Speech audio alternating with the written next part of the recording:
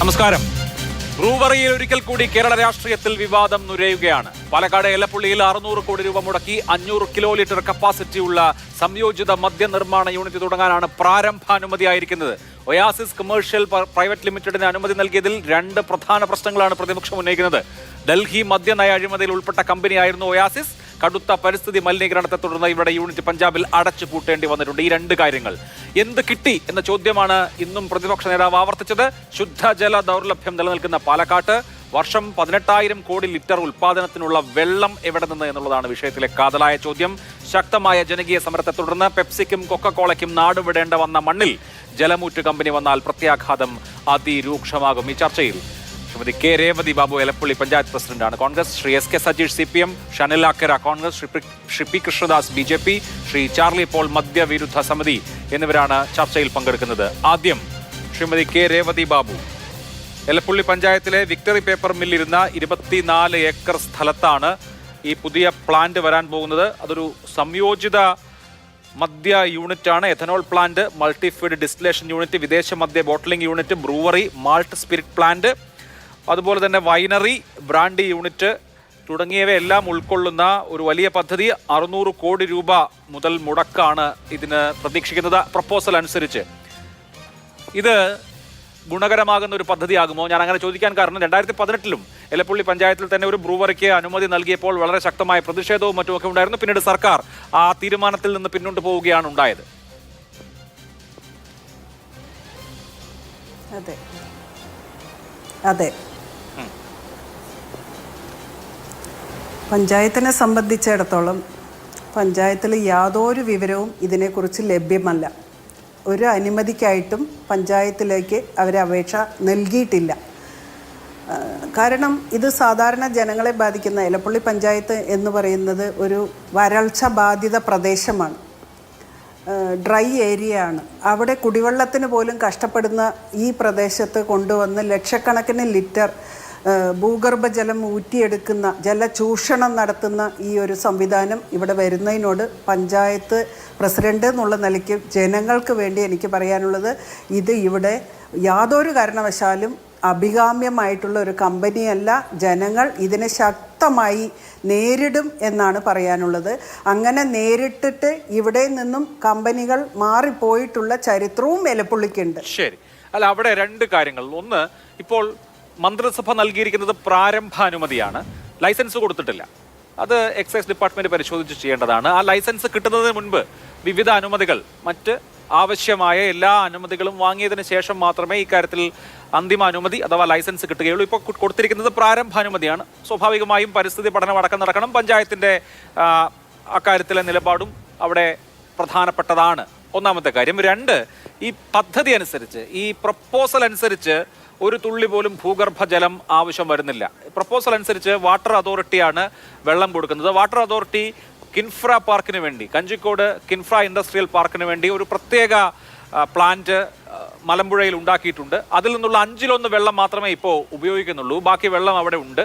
ആ വെള്ളം മുഴുവൻ ഉപയോഗിക്കേണ്ടി വന്നാൽ പോലും അത് തീരില്ല. അതായത് ഈ പ്ലാന്റിന് ആവശ്യമുള്ളതിൽ കൂടുതൽ ജലം വാട്ടർ അതോറിറ്റിയുടെ കൈവശമുണ്ട്. വാട്ടർ അതോറിറ്റി അത് കൊടുക്കാൻ തയ്യാറാണ്. അപ്പോൾ വാട്ടർ അതോറിറ്റിയുടെ വെള്ളം ഉപയോഗിച്ച് ഈ പ്ലാന്റ് അവിടെ പ്രവർത്തിച്ചാൽ ഒരു തുള്ളി ഭൂഗർഭജലം പോലും വേണ്ടെങ്കിൽ പഞ്ചായത്തിന് എതിർപ്പുണ്ടോ?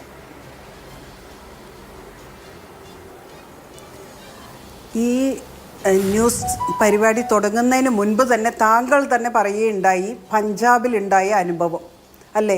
കിലോമീറ്ററുകൾ ദൂരത്തിൽ മണ്ണ് മലിനമാകുന്ന, ജലം മലിനമാകുന്ന ഈ കമ്പനിയെ അവിടെ നിന്ന് കെട്ടിച്ചതാണ്. അപ്പോൾ അങ്ങനെയുള്ളൊരു കമ്പനി ഇവിടെ വന്നാലും ഇത് തന്നെയല്ലേ ഉണ്ടാവുന്ന അവസ്ഥ? അല്ല, അതൊരു പ്രധാനപ്പെട്ട വിഷയമാണ്. ഈ ഭൂഗർഭജലത്തിൻ്റെ കാര്യത്തിൽ ഉള്ള ഒരു നിലപാടാണ് ഞാൻ ഇപ്പോൾ ചോദിച്ചത്. രണ്ടാമത്തേത് പരിസ്ഥിതി മലിനീകരണം, ജലസ്രോതസ്സുകളടക്കം മലിനപ്പെടുന്നു എന്നുള്ളതാണ്. ഞാൻ അതിലേക്ക് വരാം. ഭൂഗർഭജലത്തിൻ്റെ കാര്യത്തിലെടുത്താൽ അത് വെറും വാക്കാണെന്ന് പറയാതിരിക്കാൻ നിവൃത്തിയില്ല. കാരണം ജൽജീവൻ മിഷൻ്റെ പ്രവർത്തനം ഇവിടെ 50% ആയിട്ടുള്ളൂ. വാട്ടർ അതോറിറ്റിയുടെ കുടിവെള്ള സ്രോതസ് 50% പൂർത്തീകരിച്ചിട്ടുള്ളൂ. ഇനിയും പഞ്ചായത്തിൽ 44 കിലോമീറ്റർ ദൂരവും പ്ലസ് 2722 വീടുകളിലേക്കും കണക്ഷൻ കൊടുക്കാനുണ്ട്. കൂടാതെ പഞ്ചായത്ത് എൻ്റെ വാർഡിലാണ് ഒരു ലക്ഷക്കണക്കിന് ലിറ്റർ കപ്പാസിറ്റിയുള്ള ഒരു വാട്ടർ ടാങ്ക് തുടങ്ങിയിട്ട് അത് പാതിയിൽ നിർത്തിയിട്ട് കരാറുകാരൻ ഓടിപ്പോയിട്ടുള്ളത്. കാരണം അവർക്ക് പൈസ കിട്ടുന്നില്ല. അത് കാരണം ആ പണി പാതിയിൽ കിടക്കുകയാണ്. ഇങ്ങനെയുള്ള ഒരു സ്ഥലത്താണ് ഭൂഗർഭജലം എടുക്കുന്നില്ല, വാട്ടർ അതോറിറ്റിയുടെ വെള്ളമാണ് ഉപയോഗിക്കുന്നത് എന്ന് പറഞ്ഞാൽ എത്രത്തോളം വിശ്വസിക്കാൻ പറ്റും? ജലക്ഷാമമുണ്ട് അല്ല, പക്ഷേ ഭൂഗർഭജലം എടുക്കാൻ അനുമതി കൊടുക്കാതെ അവർക്ക് ഭൂഗർഭജലം ഉപയോഗിക്കാൻ കഴിയില്ലല്ലോ.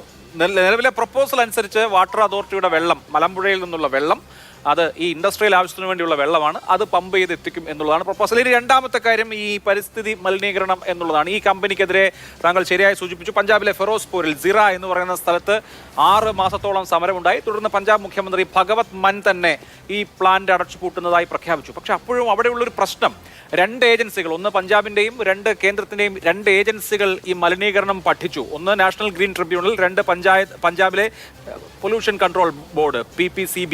രണ്ടിൻ്റെയും റിപ്പോർട്ട് പക്ഷേ ഈ കമ്പനിക്ക് അനുകൂലമായിരുന്നു. അന്നത്തെ ആ റിപ്പോർട്ടിൻ്റെ സംബന്ധിച്ച വാർത്താ റിപ്പോർട്ട് പറയുന്നത് എങ്ങനെയാണ്: water samples were sent to 3 reputed laboratories in Patiala, SAS Nagar and New Delhi. The report says analysis result of groundwater samples analyzed by the 3 laboratories indicate that groundwater contamination is probably due to fecal matter, which may be due to domestic sources. Possibility of discharge of industrial effluent in underground water is feeble, as no such assessment from the analysis results has been found. എന്ന് പറഞ്ഞാൽ ഈ പറഞ്ഞ പ്ലാന്റിൽ നിന്നുള്ള വസ്തുക്കൾ കൊണ്ടല്ല, അവിടെ നിന്നുള്ള ഡിസ്ചാർജ് കൊണ്ടല്ല ഈ ജലസ്രോതസ് മലിനമായതെന്നാണ് നാഷണൽ ഗ്രീൻ ട്രിബ്യൂണലും അതുപോലെ തന്നെ പഞ്ചാബ് പൊല്യൂഷൻ കൺട്രോൾ ബോർഡും 2 വ്യത്യസ്ത അന്വേഷണങ്ങൾ നടത്തി വ്യത്യസ്ത ലാബോറട്ടറികളിലേക്ക് 3 വ്യത്യസ്ത ലാബോറട്ടറികളിലേക്ക് ഈ വെള്ളം അയച്ചതിന് ശേഷം നടത്തിയിട്ടുള്ള കണ്ടെത്തലും. അപ്പോൾ നമ്മളിത് ഒരു പ്രപ്പോസൽ വന്ന ഉടനെ മുൻവിധിയോടുകൂടി സമീപിക്കുന്നതാണോ? നമ്മുടെ മുന്നിൽ പ്ലാച്ചിമടയും കൊക്കക്കോളയും അനുഭവ പാഠങ്ങളായിട്ട് നിലനിൽക്കുന്നുണ്ട്. അപ്പോൾ പ്ലാച്ചിമടയിൽ 10-20 വർഷത്തോളം സമരം നടത്തിയിട്ടാണ് ആ കമ്പനി ഇപ്പോഴും അവർക്ക് നഷ്ടപരിഹാരം കൊടുക്കാതെ അവിടുത്തെ ജനങ്ങളെ കബളിപ്പിച്ചുകൊണ്ടിരിക്കുന്നത്. ഇവിടെയും അതുപോലെ കൊക്കക്കോള കമ്പനി വർഷങ്ങൾക്ക് മുൻപ് നിർത്തലാക്കിയ ശേഷമാണ് ഇവിടുത്തെ ഗ്രൗണ്ട് വാട്ടർ ലെവൽ കൂടിയിട്ടുള്ളത്. ഒരു ഘട്ടത്തിൽ ചിറ്റൂർ ബ്ലോക്ക് പഞ്ചായത്തിൽ പെടുന്ന ഈ എലപ്പുള്ളി പഞ്ചായത്തിൻ്റെ ഗ്രൗണ്ട് വാട്ടർ ലെവൽ വളരെയേറെ താഴ്ന്നതായിരുന്നു. അതിൽ നിന്നും നമ്മളിപ്പോൾ കരകയറിയിരിക്കുന്നത് ധാരാളം പ്രവർത്തനങ്ങൾ നടത്തിയിട്ടാണ്. റെയിൻ വാട്ടർ പരമാവധി ഉപയോഗപ്പെടുത്തി സ്കൂളുകളിലും വീടുകളിലും പരമാവധി റീചാർജിങ് സംവിധാനങ്ങൾ ഏർപ്പെടുത്തി പഴയ കിണറുകൾ പീപ്പിൾസ് സർവീസ് സൊസൈറ്റിയുടെ നേതൃത്വത്തിൽ പഴയ കിണറുകളൊക്കെ റീചാർജ് ചെയ്തു.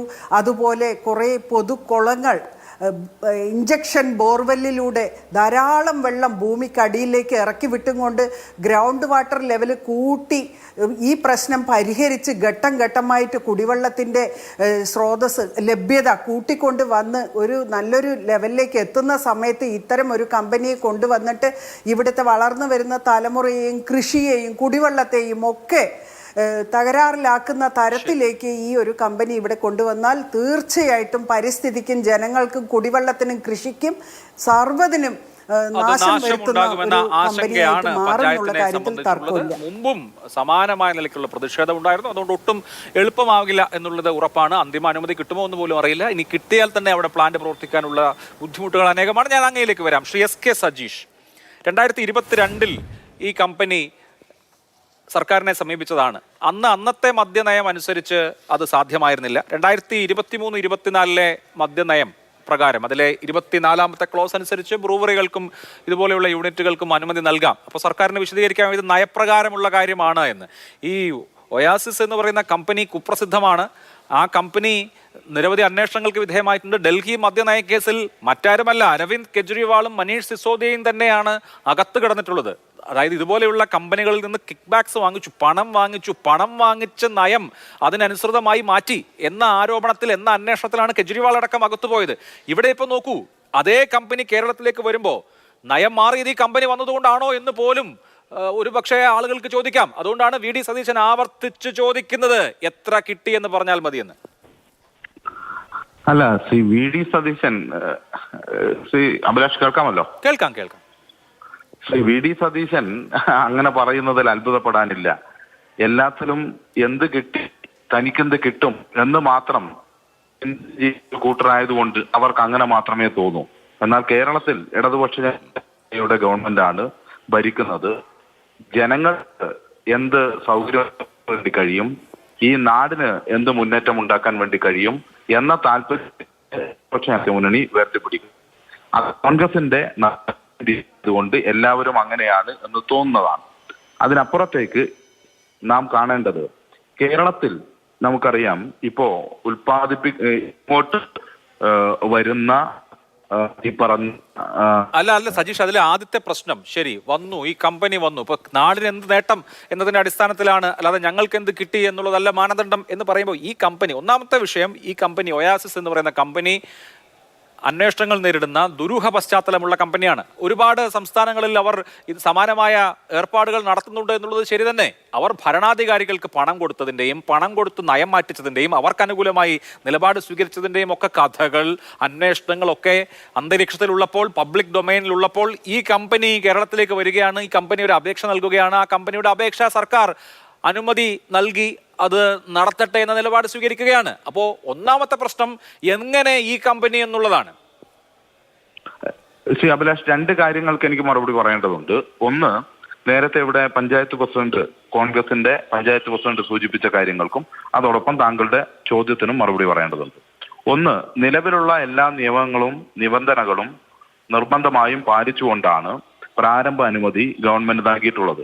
ഗവൺമെന്റിന്റെ മുന്നിലേക്ക് ഒരു നിയമപരമായ അനുമതി വരുമ്പോൾ ആ അനുമതി ഗവൺമെന്റ് നൽകുക എന്നത് സ്വാഭാവികമാണ്. ഇവരിപ്പോ ആ അനുമതി നൽകിയിട്ടില്ലെങ്കിൽ, നിയമപരമായിട്ടുള്ള ഒരു അപേക്ഷ പരിഗണിച്ചിട്ടില്ലെങ്കിൽ ഇവർക്ക് കോടതിയിൽ പോകാം, കോടതിയിൽ പോയാൽ അനുമതി ലഭിക്കും.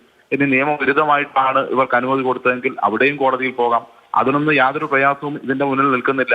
ഇവിടെ നമ്മൾ കേരളത്തിൽ വിതരണം ചെയ്യുന്ന വിദേശ മദ്യം ഉൾപ്പെടെയുള്ള കാര്യങ്ങളിൽ അതിൽ കേരളത്തിലല്ല ഉൽപ്പാദിപ്പിക്കപ്പെടുന്നത്, പുറത്തുനിന്ന് വൻതോതിൽ വന്നുകൊണ്ടിരിക്കുകയാണ്. അത് കേരളത്തിൽ തന്നെ ഉൽപ്പാദിപ്പിക്കും എന്നതാണ് കേരളത്തിന്റെ പൊതുനയം. ആ നയത്തിന്റെ അടിസ്ഥാനത്തിലാണ് ഇത്തരം അപേക്ഷ വന്നിട്ടുള്ളത്. ഈ രണ്ട് കമ്പനികളുടെ അപേക്ഷ വന്നിരുന്നു. ഒരു കമ്പനിയുടെ അപേക്ഷ പൂർണ്ണമല്ലാത്തതുകൊണ്ട് അവർക്ക് അനുമതി ലഭിച്ചിട്ടില്ല, പ്രാഥമിക അനുമതി ലഭിച്ചിട്ടില്ല. ഇനിയും ആരെങ്കിലും അനുമതിക്ക് വരികയാണെങ്കിൽ അവർക്ക് ലഭിക്കുന്നതിനും പ്രയാസമില്ല. ഇവിടെ ഇവർ 22.10 കോടി ലിറ്റർ മദ്യം ഉൽപ്പാദിപ്പിക്കുന്ന ഇന്ത്യയിലെ 6 സംസ്ഥാനങ്ങൾ വലിയ പ്ലാന്റ് ഉള്ള വലിയ കമ്പനിയാണിത്. കേന്ദ്ര സർക്കാർ ലിസ്റ്റ് ചെയ്തിട്ടുള്ള കമ്പനിയാണ്. ഇവർ 20% പെട്രോൾ ഉൽപ്പാദിപ്പിക്കുന്ന പെട്രോളിൽ ചേർക്കാനായിട്ട് കമ്പനി എന്നൊക്കെ ഉള്ളത് കുറച്ച് തെറ്റിദ്ധാരണാജനകമാണ് സജീഷ്. എന്താണ് ലിസ്റ്റ് ചെയ്തിരിക്കുന്നത്? ഇന്ത്യയിലെ പൊതുമേഖലാ എണ്ണ കമ്പനികൾ, പെട്രോളിയം ഉൽപ്പന്നങ്ങളിൽ 25% എഥനോൾ മിക്സ് ചെയ്യണം എന്ന നിബന്ധന ഉള്ളതുകൊണ്ട് ആ ഉൽപാദനത്തിന് പൊതുമേഖലാ സ്ഥാപനങ്ങൾ, ഇന്ത്യൻ ഓയിൽ കോർപ്പറേഷൻ അടക്കമുള്ള പൊതുമേഖലാ കമ്പനികൾ ലിസ്റ്റ് ചെയ്ത കാര്യമാണ്. ഇപ്പൊ കേന്ദ്ര സർക്കാരിന്റെ എന്തോ കമ്പനിയാണെന്നൊക്കെ ആളുകൾക്ക് കേൾക്കുമ്പോൾ തെറ്റിദ്ധരിക്കും. അതുകൊണ്ടാണ്. ഒരു തെറ്റിദ്ധാരണയും വേണ്ട. ഞാൻ സംസാരിക്കുന്നതിനിടയിൽ താങ്കൾ കയറി ഇടപെട്ടുകൊണ്ടാണ് അത് തെറ്റിദ്ധാരണയായി ചിലപ്പോ മാറിപ്പോകുന്നത്. കേന്ദ്ര സർക്കാരിന്റെ ഓയിൽ കമ്പനികൾ, എഥനോൾ ഉൽപാദനത്തിന് പരിചയസമ്പന്നരായ കമ്പനികൾ ഷോർട്ട് ലിസ്റ്റ് ചെയ്തതിൽ ഈ കമ്പനി മാത്രമാണുള്ളത്. ആ കമ്പനി ഇപ്പോ ഇവിടെയുള്ള പെട്രോളിയം കമ്പനികൾക്ക് 20% എഥനോൾ നൽകുന്നതിനുള്ള കരാറും ഇതിന്റെ ഭാഗമായിട്ട് എന്ത് ചെയ്തിട്ടുണ്ട്, അവരുടെ അപേക്ഷയോടൊപ്പം അത് നൽകിയിട്ടുണ്ട്. ഇത്തരം കാര്യങ്ങളെല്ലാം അവർ പാലിച്ചിട്ടുണ്ട്. അതുപോലെ തന്നെ ഇവിടെ തെറ്റിദ്ധരിപ്പിക്കാൻ വേണ്ടി പല കാര്യങ്ങളും ഇതിൽ ഉയർന്നു വന്നിട്ടുണ്ട്. ഒന്ന്, ഭൂഗർഭജലം ഉപയോഗിക്കുന്നതുമായി ബന്ധപ്പെട്ട കാര്യമാണ്. ഭൂഗർഭജലം ഈ പദ്ധതിയുമായി ബന്ധപ്പെട്ട് ഒരു തുള്ളി പോലും ഉപയോഗിക്കാൻ വേണ്ടി പോകുന്നില്ല. താങ്കൾ നേരത്തെ സൂചിപ്പിച്ച പോലെ തന്നെ വാട്ടർ അതോറിറ്റിയുമായി ഇവർ കരാറുണ്ടാക്കിയിട്ടുണ്ട്. വാട്ടർ അതോറിറ്റി വ്യവസായത്തിന് വേണ്ടി മാറ്റിവെച്ചിട്ടുള്ള അവരുടെ പദ്ധതിയിൽ നിന്നും ആവശ്യമായ ജലം ഇതിന് ലഭിക്കും. ഒരു തുള്ളി ഭൂഗർഭജലം പോലും ഉപയോഗിക്കേണ്ട കാര്യമില്ല എന്നുള്ളൊരു വസ്തുതയാണ്. മാത്രവുമല്ല, ഇതോടൊപ്പം അവരുടെ അപേക്ഷയ്ക്കകത്ത് വെള്ള സംഭരണി ഉൾപ്പെടെ ഇതിന്റെ ഭാഗമായി ഉപയോഗപ്പെടുത്തും എന്നവർ വ്യക്തമാക്കിയിട്ടുണ്ട്. ഭൂഗർഭജലം ഒരു തുള്ളി പോലും ഉപയോഗിക്കില്ല. അങ്ങനെ ഉപയോഗിക്കാനും കഴിയില്ലല്ലോ. നിയമവിരുദ്ധമായിട്ട് ഉപയോഗിക്കാൻ വേണ്ടി കഴിയുമോ? ഒരു പദ്ധതിയുടെ ഭാഗമായിട്ടല്ലേ ഉപയോഗിക്കാൻ വേണ്ടി പറ്റൂ. മാത്രവുമല്ല, സീറോ ഡിസ്ചാർജ് ആണ് ഇതിന്റെ ഈ കമ്പനി. അതിന്റെ നിയമപരമായ എല്ലാ അംഗീകാരങ്ങളും വാങ്ങിയിട്ടുണ്ട്. നാഷണൽ ഗ്രീൻ ട്രിബ്യൂണലിന്റെ അംഗീകാരം അവർക്കുണ്ട്. കേന്ദ്ര വനം പരിസ്ഥിതി മന്ത്രാലയം അനുമതി അവർക്ക് കൊടുത്തിട്ടുണ്ട്. പ്രപ്പോസൽ അങ്ങനെയാണ്. ആ പ്രപ്പോസൽ തന്നെയാണോ നടപ്പാവുന്നത്? നമ്മുടെ മുൻ ഉദാഹരണങ്ങൾ, ഇപ്പോൾ നമുക്ക് പാലക്കാട് തന്നെ 2 ഉദാഹരണങ്ങളുണ്ട്. പെപ്സിയുടെയും കൊക്കക്കോളയുടെയും 2 ഉദാഹരണങ്ങളുണ്ട്. ആ രണ്ട് കമ്പനികളെയും കെട്ടിക്കേണ്ടി വന്ന സാഹചര്യം അവിടെ ഉണ്ടായിട്ടുണ്ട്. ഞാൻ അങ്ങയിലേക്ക് വരാം. ശ്രീമതി അല്ല, ഒറ്റ മിനിറ്റ് അഭിലാഷ്, അങ്ങനെ അതൊരു തെറ്റിദ്ധാരണയിൽ അവസാനിക്കും അങ്ങനെ പറഞ്ഞാൽ. അവർ ഇങ്ങനെ വാട്ടർ അതോറിറ്റിയുടെ വെള്ളം ഉപയോഗിച്ചുകൊണ്ടാണ് അവർ ഭൂഗർഭജലം എടുത്താണ് ഉപയോഗിച്ചിരുന്നത്. ഭൂഗർഭജലം ഉപയോഗിച്ചുകൊണ്ട് തന്നെ പ്രവർത്തിക്കുന്ന രീതിയിലായിരുന്നു ആ കമ്പനികൾ ഉണ്ടായിരുന്നത്. എന്നാൽ ഇതങ്ങനെയല്ല. ആ തെറ്റിദ്ധാരണ ഉണ്ടാക്കാൻ വേണ്ടിയാണ് ഇവിടെ പരിശ്രമിച്ചുകൊണ്ടിരിക്കുന്നതെന്ന് നമ്മൾ കാണേണ്ടതുണ്ട്. അതാണ് ഇത് തമ്മിലുള്ള വ്യത്യാസം. ശരി, ഓക്കെ. ഇവിടെ നോക്കൂ ശ്രീമതി രേവതി ബാബു, പഞ്ചായത്തിന്റെ അടക്കം സമ്മതമില്ലാതെ ഇതുപോലൊരു പ്ലാന്റ് വരിക, ജനങ്ങളുടെ സമ്മതമില്ലാതെ ഇതുപോലൊരു പ്ലാന്റ് വരിക എന്ന് പറയുന്നത് നടക്കുന്ന കാര്യമല്ല. അപ്പോൾ പഞ്ചായത്തിന് മുമ്പിൽ വരുമ്പോൾ രാഷ്ട്രീയം മാറ്റി നിർത്തിയാൽ, ഇപ്പോൾ എലപ്പുള്ളിയിൽ 600 കോടിയുടെ ഒരു പദ്ധതി വരികയാണെങ്കിൽ അതിൽ സ്വാഭാവികമായും ജോലി അടക്കമുള്ള കാര്യങ്ങളുണ്ടാവും, ഗുണകരമായ കാര്യങ്ങളുണ്ടാവും. അപ്പോൾ ചില കാര്യങ്ങളിൽ ഉറപ്പ് കിട്ടിയാൽ, അതായത് ഭൂഗർഭജലം ഉപയോഗിക്കില്ല, ഈ പ്ലാന്റ് പ്രവർത്തിക്കാൻ ഓരോ ദിവസവും എത്ര ജലം വേണം, ഈ മലമ്പുഴയിലെ വാട്ടർ അതോറിറ്റിയുടെ സംവിധാനത്തിൽ എത്ര ജലമുണ്ട്, കൃത്യമായി പ്ലാന്റ് പ്രവർത്തിക്കാൻ ഓരോ ദിവസവും വേണ്ടത്ര ജലം വാട്ടർ അതോറിറ്റിക്ക് നൽകാനാകുമോ എന്ന ഒന്നാമത്തെ ചോദ്യം. 2, സീറോ ഡിസ്ചാർജ് ആണ്, എന്നാൽ ഒരു തരത്തിലുള്ള മാലിന്യവും പുറത്തേക്ക് വിടില്ല എന്ന നിലയ്ക്കുള്ള ഇവരുടെ അവകാശവാദം ശരിവെക്കുന്ന വിധത്തിലുള്ള അതിൻ്റെ തെളിവുകൾ, അതല്ലെങ്കിൽ അതിന് നിങ്ങൾക്ക് ബോധ്യപ്പെടുന്ന വിധത്തിലുള്ള ഉറപ്പുകൾ ഉണ്ടായാൽ, ഞാൻ ചോദിക്കുന്നത് ഈ വെള്ളത്തെ സംബന്ധിച്ചും ജലചൂഷണത്തെ സംബന്ധിച്ചും മലിനീകരണത്തെ സംബന്ധിച്ചും ഇവ രണ്ടുമില്ല എന്ന ഒരു ഉറപ്പ് കിട്ടിയാൽ എലപ്പുള്ളി പഞ്ചായത്തിന്റെ നിലപാട് എന്തായിരിക്കും? ഞാൻ തിരിച്ച് അങ്ങോട്ടൊന്ന് ചോദിക്കാൻ ആഗ്രഹിക്കുകയാണ്. നമ്മുടെ ഗവൺമെൻറ് ഞങ്ങളും കൃഷിയിലേക്ക് എന്ന് ഉള്ള ഒരു പദ്ധതിയിലൂടെ സാധാരണ ജനങ്ങളെ തരിശു നിലങ്ങൾ കൃഷിയോഗ്യമാക്കുന്ന ഒരു പദ്ധതി നടപ്പിലാക്കി. സ്കൂൾ വിദ്യാർത്ഥികൾ മുതൽ സ്കൂൾ കോമ്പൗണ്ടുകളിലും അതുപോലെ തന്നെ വീടുകളിലും ഒക്കെ തന്നെ കൃഷി ഇറക്കിക്കൊണ്ട് തരിശു നിലങ്ങളൊക്കെ പരമാവധി കൃഷിയോഗ്യമാക്കുന്ന ഒരു സംവിധാനം ഗവൺമെൻറ്റിൻ്റെ നിർദ്ദേശത്തോടെ നടപ്പിലാക്കി. എന്തുകൊണ്ട് ഈ 26 ഏക്കർ സ്ഥലം തരിശു നിലം കൃഷിയോഗ്യമാക്കുന്നതിന് മുൻഗണന കൊടുത്തുകൂടാ?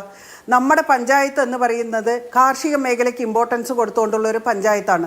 മിക്കവാറും കൃഷിക്കാരും കർഷക തൊഴിലാളും അടങ്ങിയിട്ടുള്ള ജനങ്ങളാണ് ഇവിടെയുള്ളത്. അങ്ങനെയുള്ള ജനങ്ങളുടെ ഇടയിൽ ഈ കാർഷിക മേഖലയെ തകർത്തും കൊണ്ട് ഇത്തരം ഒരു കമ്പനി ഇവിടെ വന്നാൽ വളർന്നു വരുന്ന തലമുറയ്ക്ക് ഇത് ഗുണമാണോ ദോഷമാണോ ചെയ്യുക? അതിനുള്ള മറുപടി ആര് തരും? Yes, okay. അതാണ് പഞ്ചായത്തിന് പറയാനുള്ളൊരു പ്രപ്പോസൽ. ഞാൻ അങ്ങയിലേക്ക് വരാം.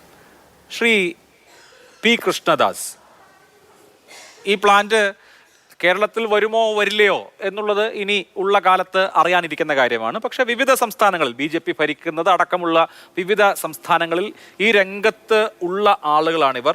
കേരളത്തിലാണെങ്കിൽ എക്സ്ട്രാ ന്യൂട്രൽ ആൽക്കഹോൾ, അതായത് മദ്യം ഉണ്ടാക്കാൻ ഉപയോഗിക്കുന്ന ആൽക്കഹോൾ, സ്പിരിറ്റ് ഒരു തുള്ളി പോലും ഉണ്ടാക്കുന്നില്ല. അവ പുറത്തു നിന്ന് കൊണ്ടുവരികയാണ്, അന്യ സംസ്ഥാനങ്ങളിൽ നിന്ന് കൊണ്ടുവരികയാണ്. അങ്ങനെയാണ് നമ്മുടെ ഈ ട്രാവൻകൂർ ഷുഗേഴ്സ് അടക്കം പ്രവർത്തിക്കുന്നത്. അപ്പോൾ അത് ഇവിടെ തന്നെ, അതായത് കേരളത്തിൽ മദ്യോൽപാദനത്തിനുള്ള സ്പിരിറ്റ് ഇവിടെ തന്നെ ഉണ്ടാക്കുക, ഒപ്പം എഥനോൾ, മറ്റു കാര്യങ്ങൾ, ഇതെല്ലാം കൂടി അടങ്ങിയ ഒരു സംയോജിതമായ പ്ലാന്റ് വരികയാണ് എങ്കിൽ ഈ ആശങ്കകളൊക്കെ പരിഹരിച്ചാൽ, അതായത് പരിസ്ഥിതിയെ സംബന്ധിക്കുന്ന ആശങ്ക, ജലത്തെ സംബന്ധിക്കുന്ന ആശങ്കകൾ പരിഹരിച്ചാൽ അത് ഓക്കെയാണ്? ശ്രീ അഭിലാഷ്, നമ്മളുടെ 1999 മുതൽ നമ്മുടെ സംസ്ഥാനം സ്വീകരിക്കുന്ന ഒരു നയമുണ്ട് ഇക്കാര്യത്തിൽ. ആ നയത്തിൽ നിന്ന് ഗവൺമെൻറ് കഴിഞ്ഞ കുറച്ച് നാളുകളായി വ്യതിചലിച്ചുകൊണ്ടുള്ള അവരുടെ നയം പ്രഖ്യാപിച്ചു. അതിൽ ശ്രദ്ധേയമായിട്ടുള്ളത് 2022 മാർച്ച് 11 ബജറ്റ് അവതരിപ്പിച്ചുകൊണ്ട് ശ്രീ KN ബാലഗോപാൽ നിയമസഭയിൽ പ്രഖ്യാപിച്ചിട്ടുള്ളൊരു പ്രസക്തമായിട്ടുള്ള ഭാഗമാണ്. അദ്ദേഹത്തിൻ്റെ ബജറ്റ് പ്രസംഗത്തിൻ്റെ 64ാമത്തെ പാരഗ്രാഫ്, അതായത് ഇൻഡസ്ട്രിയൽ സെക്ടർ എന്ന് പറയുന്ന ഭാഗത്ത് steps will be taken to produce the value-added products such as ethanol and beverages with low alcoholic content by making use of fruits and various agricultural products. അതിനുവേണ്ടി 2 കോടി രൂപ മാറ്റിവെച്ചു. അന്ന് നമ്മൾ ധരിച്ചത് തിരുവനന്തപുരത്തെ TCRIയുമായി ചേർന്നുകൊണ്ട് ഈ തരത്തിൽ സംസ്ഥാനത്ത് ഒരു വലിയ പാർക്ക് വരാൻ വേണ്ടി പോകുന്നു. അതിൻ്റെ അടിസ്ഥാനത്തിൽ സംസ്ഥാന ഗവൺമെൻറ് പഴം അതുപോലെ തന്നെയുള്ള മറ്റ് വിഭവങ്ങളെ, കേരളത്തിൻ്റെ വിഭവങ്ങളെ, പ്രത്യേകിച്ച് പഴവർഗ്ഗങ്ങളെ ഉപയോഗപ്പെടുത്തിക്കൊണ്ട് ഒരു എത്തനോൾ ഡെവലപ്പ് ചെയ്യാൻ വേണ്ടിയിട്ടുള്ള അതിനുള്ള സെൻറ്റർ ഉണ്ടാക്കാൻ പോകുന്നു എന്നുള്ളതാണ്.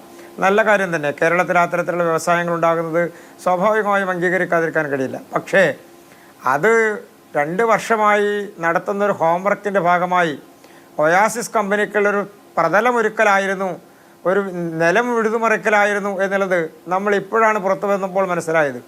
16-ാം തീയതി അതിനുള്ള അനുമതി കൊടുത്തുകൊണ്ട് അതുമായി ബന്ധപ്പെട്ടുകൊണ്ടുള്ള നടപടികളുമായി സർക്കാർ മുന്നോട്ട് പോയപ്പോഴാണ് 2 വർഷക്കാലത്തെ ഹോംവർക്കിൻ്റെ റിസൾട്ട് നമ്മൾ കാണുന്നത്. അപ്പോൾ സ്വാഭാവികമായും ഒരു മുന്നൊരുക്കത്തോടു കൂടി അവിടെ സ്ഥലം വാങ്ങുന്നു, അവിടെ നടപടികൾ പൂർത്തിയാക്കുന്നു, എഗ്രിമെൻറ്റുകളെല്ലാം പൂർത്തിയാക്കുന്നു. അതിനെല്ലാം ശേഷം പൊതുജനം അറിയുന്ന തരത്തിലൊരു അനുമതിയിലേക്ക് അത് എത്തുന്നു.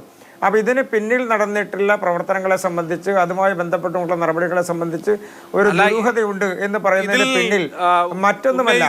ആരോപണം അഴിമതിയാണോ? അങ്ങനെയാണെങ്കിൽ ഇപ്പോൾ BJP ഭരിക്കുന്ന സംസ്ഥാനങ്ങളായ മധ്യപ്രദേശിലും ഉത്തർപ്രദേശിലും ഈ കമ്പനിയുടെ വലിയ പ്ലാന്റുകൾ അല്ലെങ്കിൽ വലിയ യൂണിറ്റുകൾ പ്രവർത്തിക്കുന്നത് അവിടെയാണ് എന്ന് മാത്രമല്ല, BJPയിൽ നിന്ന് വിട്ടുപോയ ഒരു നേതാവ് ആരോപിക്കുന്നത് യോഗി ആദിത്യനാഥുമായി അല്ലെങ്കിൽ ഉത്തർപ്രദേശ് സർക്കാരുമായി അടുത്ത ബന്ധമുള്ള ആളാണ് ഇതിന്റെ ഉടമസ്ഥർ. ഇതൊരു ഫാമിലി റൺ ചെയ്യുന്ന ബിസിനസ് കൂടിയാണല്ലോ. ഞാൻ ഒയാസിസിനെ കുറിച്ചാണ് പറയുന്നത്. ഒയാസിസ് ഇവിടേക്ക് വന്നത് ദുരൂഹമാണെങ്കിൽ അത് ഉത്തർപ്രദേശിലും മധ്യപ്രദേശിലും ഒക്കെ ദുരൂഹമായിട്ടായിരിക്കില്ലേ പോയിട്ടുണ്ടാവുക? ഞാനൊരു സ്ഥാപനം കേരളത്തിലേക്ക് വന്ന് അത് തുടങ്ങാൻ വേണ്ടി നടത്തുന്ന പ്രവർത്തനം സർക്കാർ മറച്ചു വെക്കുന്നതിൻ്റെ നടപടികളുമായി മുന്നോട്ട് പോകുന്നു എന്നാണ് സൂചിപ്പിച്ചത്. അവർ മറ്റേതെങ്കിലും സ്ഥലത്ത് നടപടികൾ നടത്തുന്നുണ്ടോ, അവർ ഡൽഹിയിൽ അഴിമതിയിൽ പെട്ടിട്ടുണ്ടോ, അവർ മറ്റേതെങ്കിലും സംസ്ഥാനങ്ങളിൽ ബിസിനസ് ചെയ്യുന്നുണ്ടോ എന്നുള്ളതല്ല. ആ കമ്പനിയിൽ അതിൻ്റെ നേതൃത്വത്തിലിരിക്കുന്ന ആളുകൾ ഏത് പാർട്ടിയുടെ MLA ആയിരുന്നു, അവരുടെ രാഷ്ട്രീയ ബന്ധം എന്താണ് എന്നുള്ളതിനെ സംബന്ധിച്ച് നമുക്ക് പബ്ലിക് ഡൊമൈനിൽ അവൈലബിൾ ആണല്ലോ. അവർ ശിരോമണി അകാലിദളിൻ്റെ MLA ആയിരുന്നു, അതുമായി ബന്ധപ്പെട്ടുകൊണ്ടുള്ള ഉത്തരവാദിത്തപ്പെട്ട ആളുകൾ. അപ്പോൾ സ്വാഭാവികമായും ആ തരത്തിലുള്ള രാഷ്ട്രീയ ബന്ധങ്ങൾ ആർക്കും അറിയാത്തത്.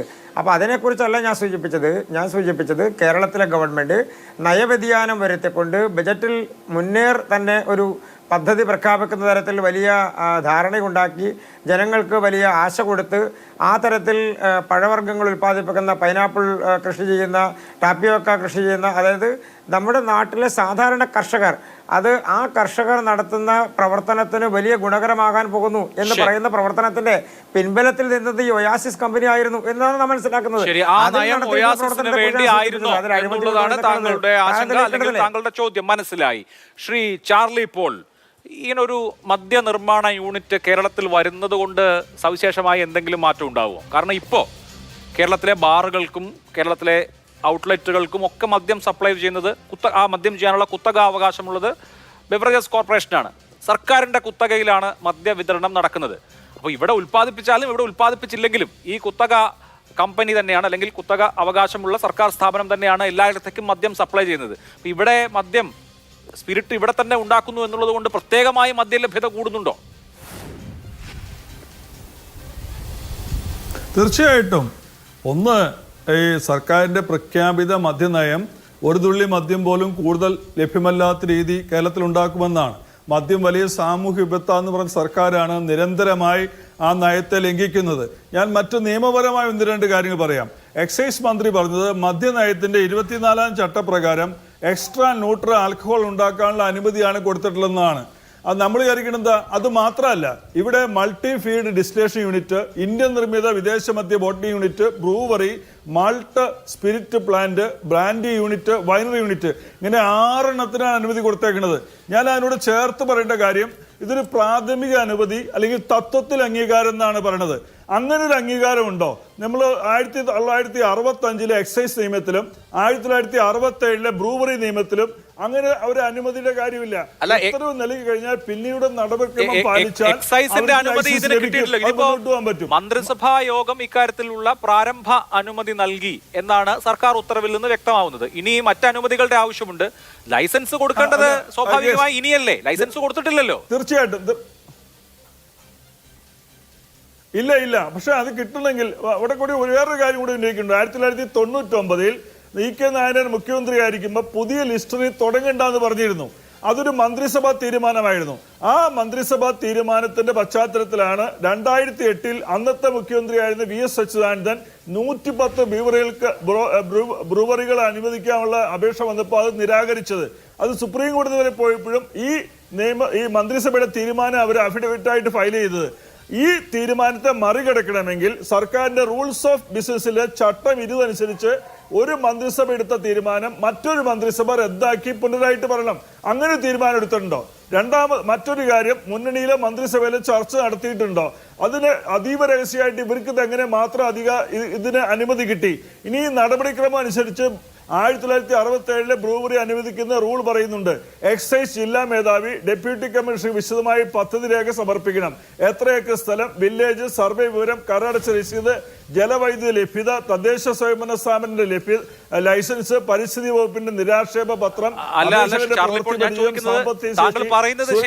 റിപ്പോർട്ട്, ഇതൊക്കെ ലേറ്റസ്റ്റ് സ്റ്റേജിലേക്കുള്ള കാര്യങ്ങളല്ലേ? അതായത് ലൈസൻസ് കിട്ടാൻ താങ്കൾ ഈ പറയുന്ന ബ്രൂവറി അനുവദിക്കാൻ താങ്കൾ ഈ പറയുന്ന കാര്യങ്ങളൊക്കെ വേണം.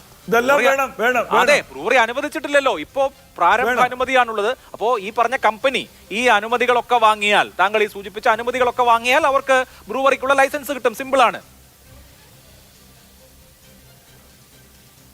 ആ കൊടുത്തില്ലെങ്കിൽ പ്രശ്നം ഉണ്ടാവും. അതുകൊണ്ട് ഞാൻ പറഞ്ഞത് തത്വത്തിൽ അംഗീകാരം പ്രാഥമിക അനുമതി മാത്രം കൊടുത്തിട്ട് പറഞ്ഞ കാര്യമില്ല. അവര് മുന്നോട്ട് പോവുകയാണ്. ഞാൻ പറയുന്നത് പ്രഖ്യാപിതമായ മദ്യനയത്തിൽ നിന്ന് വ്യതിചലനമാണ് നമ്മൾ കാണേണ്ടിയിരിക്കുന്നത്.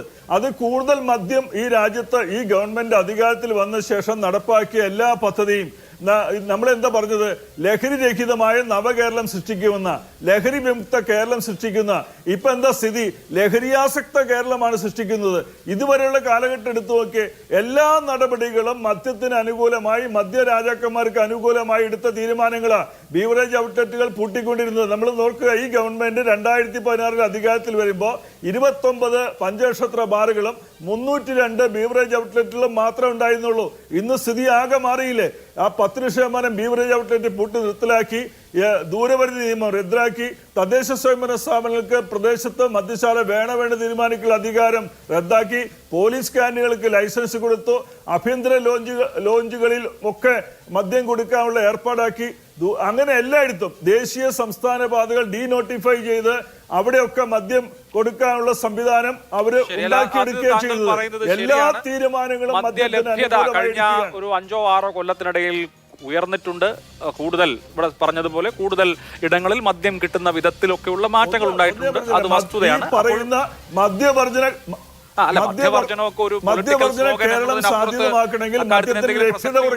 എന്നറിയില്ല. എന്തായാലും മദ്യലഭ്യത കുറയുകയല്ല, കൂടുകയാണ് ഉണ്ടായിട്ടുള്ളത് എന്നുള്ളത് വസ്തുതയാണ്. ഷാനിലക്കര, ഞാൻ അങ്ങയിലേക്ക് വരാം. പഞ്ചായത്ത് പ്രസിഡന്റ് 8 മണിക്ക് പോകണം, അതുകൊണ്ടാണ്. ശ്രീമതി രേവതി ബാബു, ഇപ്പോൾ പഞ്ചായത്തിന് മുമ്പിൽ ഇക്കാര്യത്തിൽ ഓപ്ഷൻസ് ഉണ്ട്. നമുക്കറിയാം, പണ്ട് ഈ കൊക്കക്കോളയുടെയും പെപ്സിയുടെയും ഒക്കെ സമയത്ത് പെരുമാട്ടി പഞ്ചായത്തും അതുപോലെ തന്നെ ഒക്കെ അവർ വളരെ ശക്തമായ നിലപാടുകൾ സ്വീകരിക്കുകയും ഈ ആഗോള കുത്തക കമ്പനികളെ, ഇതിപ്പോൾ ഒരു ഇന്ത്യൻ കുത്തക മാത്രമാണ്, മറ്റേ പെപ്സിയും കൊക്കക്കോളയും ഒക്കെ ആഗോള കുത്തക കമ്പനികളായിരുന്നു. ആ ആഗോള കുത്തക കമ്പനികളെ കെട്ടുകെട്ടിക്കാൻ നിർണായകമായ നിലപാട് പഞ്ചായത്തുകൾക്കും എടുക്കാൻ കഴിഞ്ഞിട്ടുണ്ട്. ഇപ്പോഴും അക്കാര്യത്തിൽ കേസിൽ അന്തിമമായി ഈ ജനങ്ങളെ സംബന്ധിച്ച് നഷ്ടപരിഹാരം കിട്ടിയിട്ടില്ല എന്ന വസ്തുതയും അവിടെ നിൽക്കുന്നുണ്ട്. വ്യത്യാസം ശരിയാണ്, ഇവിടെ ഭൂഗർഭ ജലചൂഷണം എന്ന കാര്യമില്ല എന്ന് സർക്കാർ സ്വാഭാവികമായും ചൂണ്ടിക്കാണിക്കും. അതിനപ്പുറത്ത് ജനങ്ങൾക്ക് ആശങ്കയുണ്ട് എങ്കിൽ ആ ആശങ്ക പഞ്ചായത്ത് തന്നെ പ്രതിഫലിപ്പിക്കുമോ? പഞ്ചായത്ത് എന്നുള്ള നിലയിൽ തന്നെ ഇക്കാര്യത്തിൽ ഞങ്ങൾക്കിവിടെ ഈ പ്ലാന്റ് വേണ്ട എന്ന ഖണ്ഡിതമായ സമീപനം സ്വീകരിക്കുമോ? തീർച്ചയായിട്ടും പഞ്ചായത്ത് പറയുന്നത് ഈ പ്ലാന്റ് ഇവിടെ ആവശ്യമില്ല. കാരണം ഈ കാർഷിക മേഖലയ്ക്ക്, സാധാരണക്കാരുടെ ഇടയിലേക്ക് ഇങ്ങനൊരു മദ്യ ഉത്പാദന യൂണിറ്റ് വരുന്നത് ഗുണത്തെക്കാളേറെ ദോഷം ചെയ്യും. കാരണം ഗവൺമെൻറ്റിനെ സംബന്ധിച്ചിടത്തോളം മദ്യവും ലോട്ടറിയും ഇല്ലാണ്ട് ഭരണം മുന്നോട്ട് പോകാൻ കഴിയാത്തൊരു സ്ഥിതിയാണുള്ളത്. കാരണം ഇതിൽ കൂടെ കിട്ടുന്ന വരുമാനമാണ് ആകെയുള്ള വരുമാനം. അതുകൊണ്ട് തന്നെ ഗവൺമെൻറ്റിന് ഇങ്ങനെയേ ചിന്തിക്കാൻ കഴിയുള്ളൂ. പക്ഷേ സാധാരണക്കാരായിട്ടുള്ള ജനങ്ങൾക്ക് വേണ്ടി അവരുടെ ഭാഗത്ത് നിന്ന് നമ്മൾ ചിന്തിക്കുമ്പോൾ തീർച്ചയായിട്ടും ഇതിവിടെ വരാൻ പാടില്ല. പരിസ്ഥിതിക്കും ഭാവി തലമുറയ്ക്കും ദോഷം ചെയ്യുന്ന ഒന്നാണ് എന്നാണ് എനിക്ക് പറയാനുള്ളത്. കാരണം എലപ്പുള്ളി പഞ്ചായത്ത് എല്ലാം കൊണ്ടും പടിപടിയായിട്ട് ഉയർന്നു വന്നുകൊണ്ടിരിക്കുന്ന ഒരു പഞ്ചായത്താണ്. കാർഷിക മേഖലയിലായാലും മൂല്യവർദ്ധിത ഉത്പന്നങ്ങളായാലും മറ്റെല്ലാ മേഖലയിലും, പഴവർഗ്ഗങ്ങളായാലും പൂക്കൃഷിയിലായാലും എല്ലാ മേഖലയിലും ഉയർന്നുകൊണ്ട് വന്നിരിക്കുന്ന ഈ പഞ്ചായത്തിനെ തകർന്ന് തരിപ്പണമാക്കുന്ന ഒന്ന് കഞ്ചിക്കോട് അടുത്തുള്ള സ്ഥലമാണ്. അതൊരു ഇൻഡസ്ട്രിയൽ ഏരിയയാണ്. ഇൻഡസ്ട്രി കൂടി വികസനത്തിന് വേണമെന്ന കാഴ്ചപ്പാട് ഒന്നാമത്തേത്. രണ്ടാമത്തേത് നോക്കൂ, അരി, ചോളം, വെജിറ്റബിൾ വേസ്റ്റ്, മരച്ചീനി, മധുരക്കിഴങ്ങ്, ഗോതമ്പ് തുടങ്ങിയ കാർഷിക വിളകൾ റോ മെറ്റീരിയലാക്കി അസംസ്കൃത വസ്തുവാക്കിയാണ് ഈ പ്ലാന്റിന്റെ പ്രവർത്തനം. അപ്പോൾ അത് സ്വാഭാവികമായും അവിടെ അടുത്തുള്ള ആളുകളുടെ കാർഷിക ഉൽപ്പന്നങ്ങൾക്ക്, ഇത്തരം ഉൽപ്പന്നങ്ങൾക്ക് വില കിട്ടാനും അവരവിടെ നിന്ന് പ്രൊക്യൂർ ചെയ്യാനും ഒക്കെ ഉള്ളൊരു സാഹചര്യം ഉണ്ടാവുമല്ലോ. അപ്പോൾ ആ നിലയ്ക്ക് നോക്കിയാൽ ഒന്ന് തൊഴിൽ, 2 ഇതുപോലെ കാർഷികോൽപ്പന്നങ്ങൾ സമീപത്തു നിന്ന് തന്നെ സംഭരിക്കാനുള്ള സാധ്യത, ഇതൊക്കെ കണക്കിലെടുക്കുമ്പോൾ ഒരു മനമാറ്റം വരുമോ? ഗവൺമെൻറ് പറഞ്ഞിട്ടുള്ളത് ഒരു പഞ്ചായത്തിന് ഒരു ഉത്പന്നം എന്നാണ്. പക്ഷേ ഞങ്ങളുടെ പഞ്ചായത്ത് 58 ഉത്പന്നങ്ങളാണ് മൂല്യവർദ്ധിത ഉത്പന്നങ്ങൾ ഉണ്ടാക്കിയിട്ടുള്ളത്. ഓൺലൈൻ മാർക്കറ്റിലടക്കം 12ഓളം ഉത്പന്നങ്ങൾ ലഭ്യമാണ്. ഇത്തരം ഒരു പ്രവർത്തനവുമായിട്ട് മുന്നോട്ട് പോകുന്ന ഞങ്ങളുടെ പഞ്ചായത്തിൽ 17 പാടശേഖര സമിതികൾ, അതുപോലെ തന്നെ 28ഓളം ചെറുകിട കർഷകരുടെ യൂണിറ്റുകൾ, ക്ലസ്റ്ററുകൾ, പൂ കർഷകരുടെ യൂണിറ്റ്, പഴം കർഷകരുടെ യൂണിറ്റ്. ഞങ്ങളുടെ പഞ്ചായത്തിലെ കൃഷി ഓഫീസർക്കാണ് സംസ്ഥാനത്തെ ഏറ്റവും മികച്ച 2ാമത്തെ കൃഷി ഓഫീസർക്കുള്ള അവാർഡ് ലഭിച്ചത്. തരിശ് നിലങ്ങൾ 68 ഏക്കറോളമാണ് ഞങ്ങൾ കൃഷിയോഗ്യമാക്കിയത് ഈ ഒരു വർഷം കൊണ്ട്. അങ്ങനെ പടിപടിയായിട്ട് പ്രകൃതിയെയും മണ്ണിനെയും ജലത്തെയും സംരക്ഷിച്ചു കൊണ്ടുവരുന്ന ഞങ്ങളുടെ പഞ്ചായത്തിനെ തകർത്ത് തരിപ്പണമാക്കാൻ, ഭാവി തലമുറയെ ഉന്മൂലനം ചെയ്യാനുള്ള ഒരു നീക്കവുമായിട്ടാണ് ഗവൺമെൻറ് പോകുന്നത്. ഇത് യാതൊരു കാരണവശാലും ഇനി ഇതിൽ എന്ത് തന്നെ ഗുണങ്ങൾ ഗവൺമെൻറ് കാണുകയാണെങ്കിലും പൊതുജനങ്ങളെ അണിനിരത്തിക്കൊണ്ട് ജനകീയ പ്രക്ഷോഭത്തിലൂടെ ഇത്തരം കമ്പനികളെ ഈ പ്രദേശത്ത് വരാത്ത സാഹചര്യം ഉണ്ടാക്കുന്ന അവസ്ഥയിലേക്ക് ജനങ്ങളും പഞ്ചായത്തും മാറും. ആ കാര്യത്തിൽ ഒരു തർക്കവും വേണ്ട. പഞ്ചായത്ത് അടിയന്തരമായി 20-ാം തീയതി ബോർഡ് യോഗം കൂടുന്നുണ്ട്. ഒരു പ്രമേയം പാസാക്കി ഗവൺമെൻറ്റിനും പഞ്ചായത്തിൻ്റെ എതിർപ്പ്, താല്പര്യമില്ലായ്മ അറിയിക്കാൻ ഉദ്ദേശിച്ചിട്ടുണ്ട്. എന്തായാലും ഇത് ഞങ്ങളുടെ നേതാക്കന്മാരുമായി ആലോചിച്ചും കൊണ്ട് ശക്തമായ സമരപരിപാടികളുമായിട്ട് സംസ്ഥാന നേതാക്കളെയും കേന്ദ്ര നേതാക്കളെയും അണിനിരത്തിക്കൊണ്ട് ഈ കമ്പനിക്കെതിരായിട്ടുള്ള പ്രക്ഷോഭത്തിന് തുടക്കം കുറിക്കുന്നതാണ് ഞാനിവിടെ പറയാൻ ആഗ്രഹിക്കുന്നത്. അങ്ങനെ ശക്തമായ പ്രതിഷേധം ഉണ്ടായാൽ സ്വാഭാവികമായും ഇതുപോലൊരു പദ്ധതി നടക്കില്ല. അങ്ങനെയാണെങ്കിൽ 2ാം തവണയും സർക്കാരിന്റെ ഈ ബ്രൂവറി അനുമതി പിൻവലിക്കേണ്ടി വരും. 2018-ൽ മുഖ്യമന്ത്രി വാർത്താ സമ്മേളനം നടത്തി തന്നെ ബ്രൂവറികൾ അനുവദിക്കാനുള്ള തീരുമാനം പിൻവലിക്കുകയാണ് എന്ന് പറഞ്ഞിരുന്നു. സമാനമായ ഒരു സാഹചര്യത്തിനാണോ കളമൊരുങ്ങുന്നത്? ഷാനിലക്കര, 2018 ഒക്ടോബർ മാസത്തിൽ കേരളം ചർച്ച ചെയ്ത ഒരു വിഷയമാണിത്.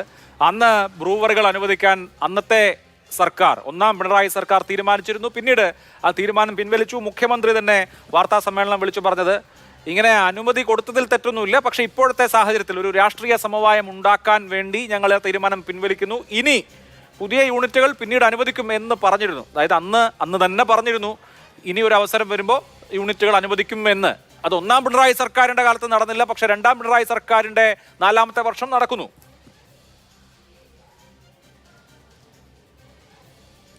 ആദ്യമായി ഈ വിഷയത്തിൽ വളരെ കരുത്താർന്ന തീരുമാനം, ഒരുപക്ഷെ കേരളത്തിലെ പഞ്ചായത്ത് പ്രസിഡന്റുമാർക്ക് മാതൃകയാവുന്ന തരത്തിൽ ഉള്ളൊരു തീരുമാനമാണ് എലപ്പള്ളി ഗ്രാമപഞ്ചായത്ത് പ്രസിഡന്റ് ശ്രീമതി രേവതി ബാബു എടുത്തത്. അവരുടെ ആ വലിയ തീരുമാനത്തെ, അവരുടെ ചങ്കൂറ്റത്തെ വ്യക്തിപരമായ പേരിലും ഒരു പഴയ പഞ്ചായത്ത് പ്രസിഡന്റ് എന്ന പേരിലും അഭിനന്ദിക്കാൻ ഈ അവസരം ഉപയോഗിക്കുകയാണ്. എനിക്ക് ഓർമ്മ വരുന്നത് 2010-ലെ VS അച്യുതാനന്ദൻ ഗവൺമെൻറ് കാലഘട്ടത്തിൽ നടന്ന ഒരു വലിയ റിയാലിറ്റി ഷോയാണ്. ദൂരദർശനാണ് ആ റിയാലിറ്റി ഷോ കണ്ടക്ട് ചെയ്തത്.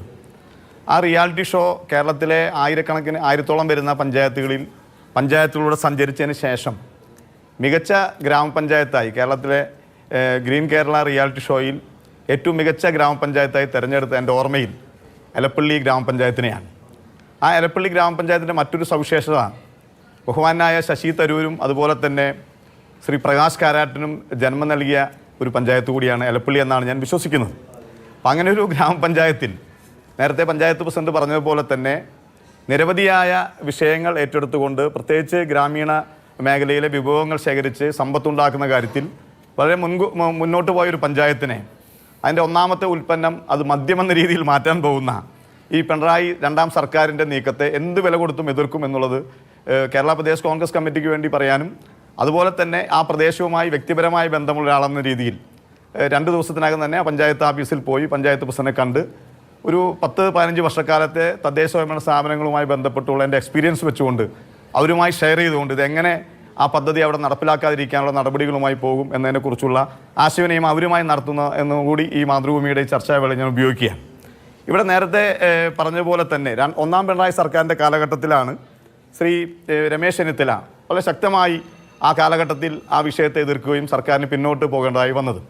2ാം പിണറായി സർക്കാരിൻ്റെ കാലത്ത് ഇന്ന് ഏറ്റവും വലിയ അഴിമതി എന്ന രീതിയിൽ ഇത് മാറിയിരിക്കുകയാണ്. അതിന് പ്രതിപക്ഷ നേതാവ് ശ്രീ VD സതീശനും ശക്തമായ രീതിയിൽ അതിനെ എതിർക്കുകയാണ്. അപ്പോൾ അതിനെ പ്രതിപക്ഷ നേതാവായ VD സതീശനും രമേശ് ചെന്നിത്തലയും പത്രസമ്മേളനം നടത്തി ഇവരുമായി സംവദിക്കുമ്പോൾ അത് കോൺഗ്രസിനകത്തെ ആഭ്യന്തര തർക്കങ്ങളാണ് എന്ന രീതിയിൽ സംസാരിക്കുന്ന എക്സൈസ് മന്ത്രിയാണ് കണ്ടത്. ഇന്ന് പ്രതിപക്ഷ നേതാവ് പത്രസമ്മേളനം നടത്തുന്നതിന് മുൻപായി ശ്രീ രമേശ് ചെന്നിത്തല ഗുരുവായൂരിലുണ്ടായിരുന്നു. ഞാൻ അദ്ദേഹത്തോടൊപ്പം ഉണ്ടായിരുന്ന ഒരു പ്രവർത്തനമാണ്. അദ്ദേഹവുമായി കൺസൾട്ട് ചെയ്തിട്ടാണ് അന്ന് മാധ്യമ പ്രവർത്തകരെ കണ്ടത്. അതിനുശേഷം ഗുരുവായൂരിൽ വെച്ച് രമേശ് ചെന്നിത്തലയും മാധ്യമ പ്രവർത്തകരെ കാണുകയുണ്ടായി. അതിനുശേഷം ഇവർ രണ്ടുപേരും ഒരുമിച്ച് ഫോണിൽ സംസാരിക്കുന്നതും ഈ വിഷയങ്ങൾ ചർച്ച ചെയ്തും നേരിട്ട് കണ്ട ഒരാളാണ് ഞാൻ. അപ്പോൾ അതുകൊണ്ട് കോൺഗ്രസിനകത്തെ വിഷയങ്ങൾ ഇതുമായി കണക്ട് ചെയ്യാനും അല്ലെങ്കിൽ അങ്ങനെ ഉണ്ട് എന്ന് വരുത്തി തീർക്കാനും ശ്രമിക്കുന്ന MP രാജേഷിൻ്റെ കുറുക്കൻ്റെ ബുദ്ധി അത് കേരളത്തിൽ നടപ്പിലാക്കാൻ പോകുന്നില്ല എന്ന് സൂചിപ്പിക്കുകയാണ്. ഇവിടെ വളരെ പ്രധാനപ്പെട്ട ചില നിയമപരമായ വിഷയങ്ങളുണ്ട്. ഈ കമ്പനി 26 ഏക്കർ ഭൂമിയാണ് അവിടെ വാങ്ങിക്കൂട്ടിയിട്ടുള്ളത്. ഈ എലപ്പള്ളിയോട് തൊട്ടപ്പുറത്തുള്ള വടകരപ്പതി പഞ്ചായത്തിൽ എൻ്റെ ഒരു ഓർഗാനിക് ഫാം, ഞങ്ങളുടെ ഒരു സൊസൈറ്റി നടത്തുന്ന സ്ഥലമുണ്ട്. അപ്പോൾ എനിക്ക് ഈ പ്രദേശവുമായി വളരെ വ്യക്തിപരമായി ബന്ധമുള്ളതാണ്. ഇപ്പോൾ 26 ഏക്കർ കേരളത്തിലെ ഭൂപതിവ് ചട്ടം നിയമം അനുസരിച്ചുകൊണ്ട് എങ്ങനെയാണ് ഈ ഓയാസിസ് കമ്പനി കരസ്ഥമാക്കിയെന്ന് അറിയാനുള്ള ഒരു താല്പര്യം ഒരു നിയമപരമായി ഇതിനെ നേരിടുന്ന ഒരാളെന്ന രീതിയിലും നിയമം പഠിക്കുന്ന ഒരാളെന്ന രീതിയിലും എനിക്കുണ്ട്. കമ്പനിയുടെ ആളുകളില്ലാത്തതുകൊണ്ട് ഇവിടെ പറയാൻ അറിയില്ല. അഭിലാഷിന് അറിയുമെന്ന് എനിക്കറിയില്ല. 15 ഏക്കറിൽ കൂടുതൽ എങ്ങനെയാണ് കേരളത്തിലെ മിച്ചഭൂമി നിയമം നിൽക്കുന്ന ഈ രാജ്യത്ത്, ഈ സംസ്ഥാനത്ത് എങ്ങനെയാണ് 26 ഏക്കർ ഭൂമി മതിൽ കെട്ടി തിരിക്കാൻ എങ്ങനെയാണ് ഇവർക്ക് കഴിയുന്നത്?